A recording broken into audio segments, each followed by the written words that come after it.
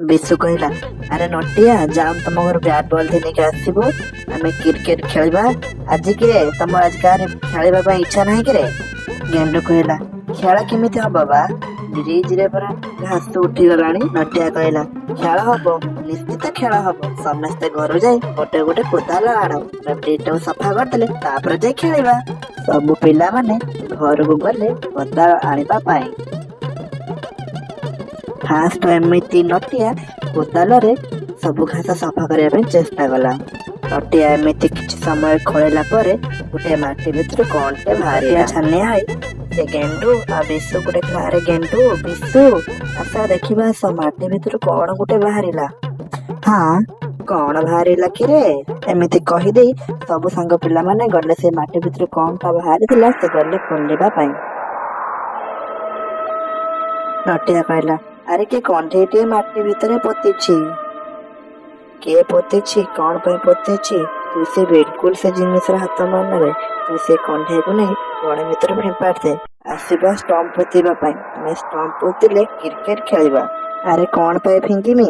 ଏ ତ ଭଲ କଣ୍ଢେଇଟେ, ଖାଲି ମାଟି ତା ଉପରେ ଲାଗିଛି। ଆକୁ ଘରକୁ ନେଇଯାଇ ତାକୁ ସଫା କରିଦେଇକି ଆମ ଖୁସିକି ଦେଇଦେବି ଖେଳିବା ପାଇଁ। ନଟିଆ ବିଶୁ ଆଉ ନେଉଳ ତାକୁ ଅନେଇଲା ବେଳକୁ କଣ୍ଢେଇଟି ଗୋଟେ ଅଲଗା ପ୍ରକାର ଦେଖା ଯାଉଥିଲା। ତା ହାତରେ ବି ଗୋଟେ ରସି ବନ୍ଧା ଯାଇଥିଲା। ନଟିଆ ବି ତା ହାତରୁ ରସିଟା ଖୋଲିଦେଲା। ସେ ବେଗଟାକୁ ବି ଗୋଟେ ଜଙ୍ଗଲ ଭିତରକୁ ଫୋପାଡ଼ି ଦେଲା। ଏମିତି ଫିମ୍ପାଡ଼ିବା ପରେ କିଛି ସମୟ ପରେ ମେଘ ସହ ଘଡଘଡି ସହ ବିଜୁଳି ମାରି ପୁରା ଚମକି ପକାଇଲା।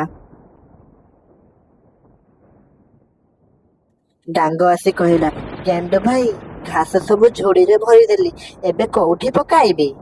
ଗେଣ୍ଡୁ ରାଗି ଯାଇ କହିଲା, ଆରେ ମୋ ମୁଣ୍ଡରେ ପକାଉନୁ।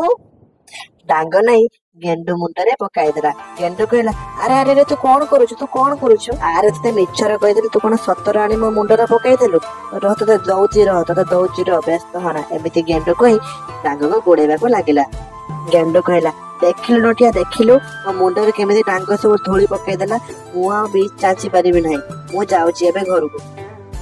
ନଟିଆ କହିଲା, ହଉ ଆଜି ସେତିକି ଥାଉ, କାଲି ସକାଳୁ ଆସି ବ୍ରିଜ ଚାଞ୍ଚିବା।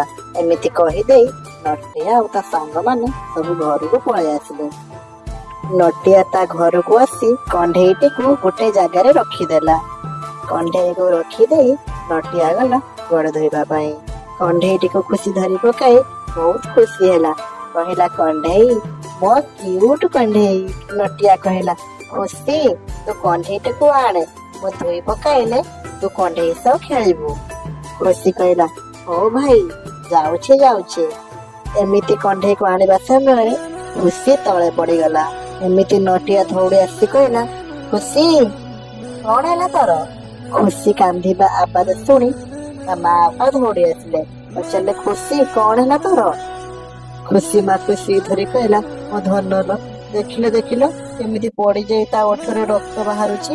ନଟିଆ ବାପା ରାଗି ଯାଇ ନଟିଆକୁ କହିଲା, ହଇରେ ତୁ ଏଇଠି ଅଛୁ କିରେ? ଛୁଆଟା ପଡିଗଲା ଦେଖା ଯାଉନି? ବାପା, ଖୁସି ପାହାଚ ନଥିଲା, ସେ କେମିତି ପଡିଗଲା କେଜାଣି?